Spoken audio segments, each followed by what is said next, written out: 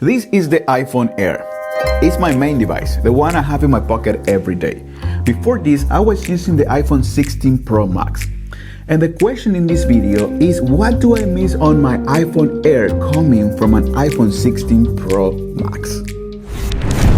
When I got the iPhone Air, I wasn't thinking to use this phone as my daily driver. Actually, I got it because I wanted to bring it to the channel just to showcase how it is. It was something new from Apple and I was curious about it. But then I unboxed this phone and I fell in love with it. And since then, well, I have been using it. During this time, I have also tried other phones like the iPhone 17 Pro, iPhone 17 Pro Max, and recently the OnePlus 15. And I always come back to the iPhone Air. I just like this phone and I enjoy using this phone overall. I want you to know that there are only two things that I miss from my iPhone 16 Pro Max.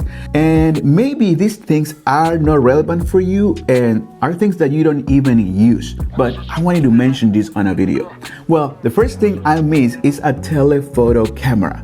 And it's because I take so many portraits and I use the telephoto camera also to take pictures of products that I work with. Well, we only have one camera on the iPhone Air. Don't get me wrong, this is a really good camera. And as I said in some of my videos, it's crazy to think that these cameras, this small of a sensor, can give us really good results. And that applies not only for the iPhone Air, but to all of those smartphones that have been released recently. These smartphones' cameras are just getting better and better. And this single camera is able to give me a 2x crop, so it is kind of a telephoto.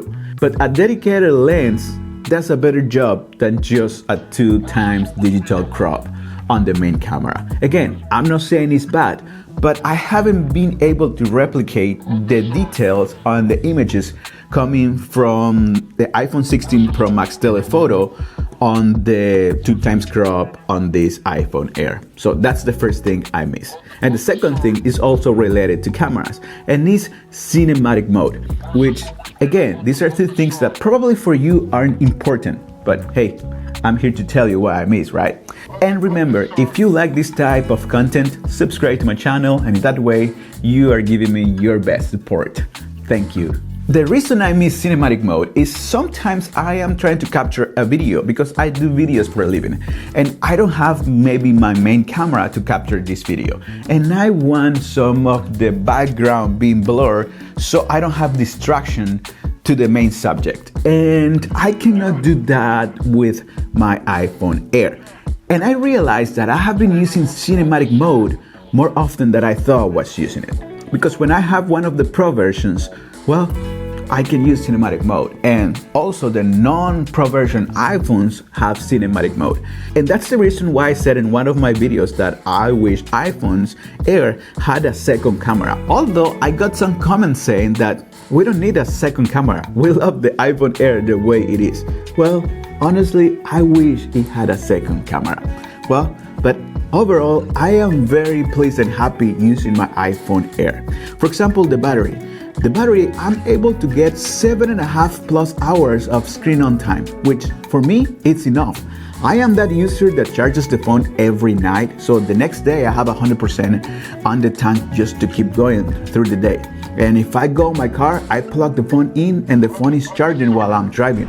If I'm in my studio and the phone is dying, which rarely happens, well, I also can charge it, so I'm fine with the battery. And what about the screen? This is a 6.5 inches screen, and it's not a small screen, it's in the bigger size. And I still have to do some finger gymnastics to get to each corner of this phone, but because this phone being so light and so thin, it's just, I don't get fatigued from using this phone just with one hand and doing those finger gymnastics.